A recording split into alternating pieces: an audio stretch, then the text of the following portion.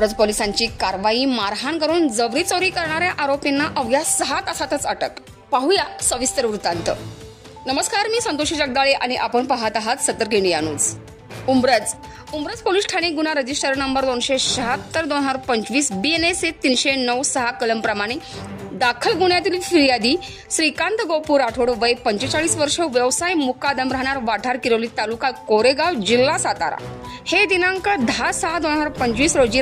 रात्री 8 वाजण्याच्या सुमारास मौजे उमरज येथील पाटण तिकाडणे बोगद्यात आले असता आरोपी अनुक्रमे आकाश संतोष आटोळे व अमोल रमेश चव्हाण, दोघेही राहणार लक्ष्मीनगर, उमरज, तालुका कराड, यांनी फिर्यादी यांच्याकडे लिफ्ट मागून त्यांच्या मोटरसायकलवर बसून वरदविनायक मंगल कार्यालय पुढे नदी काठाला अंधारात मोटरसायकल थांबवण्यास सांगून फिर्यादी यांना मारहाण करून जीवे मारण्याची धमकी देऊन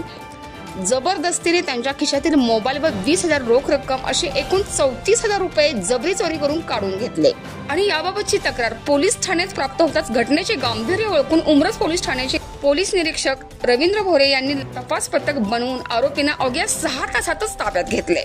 व गुन्ह्यात चोरीला गेलेला मोबाईल व रोख रक्कम आरोपीस यांच्याकडून जप्त केली। सदरची कारवाई ही पोलीस अधीक्षक श्री तुषार दोशी, अपर पोलीस अधीक्षक डॉक्टर वैशाली कडूकर, उपविभागीय पोलीस अधिकारी कराड श्री अमोल ठाकूर यांच्या मार्गदर्शनाखाली API रवींद्र भोरे, PSI गणेश भोसले, पोलीस हवालदार संजय धुमाळ, युवराज पवार, दिनेश भोसले, तसेच पोलीस कॉन्स्टेबल निलेश पवार, मयूर थोरात, राजू कोळी, मधुकर मांडवे, प्रशांत पवार यांनी केली व आरोपीस अटक करण्यास पुसेगाव पोलीस ठाण्याची सुद्धा मदत झाली आहे आणि या गुन्ह्याचा पुढील तपास PSI भोसले करत आहेत।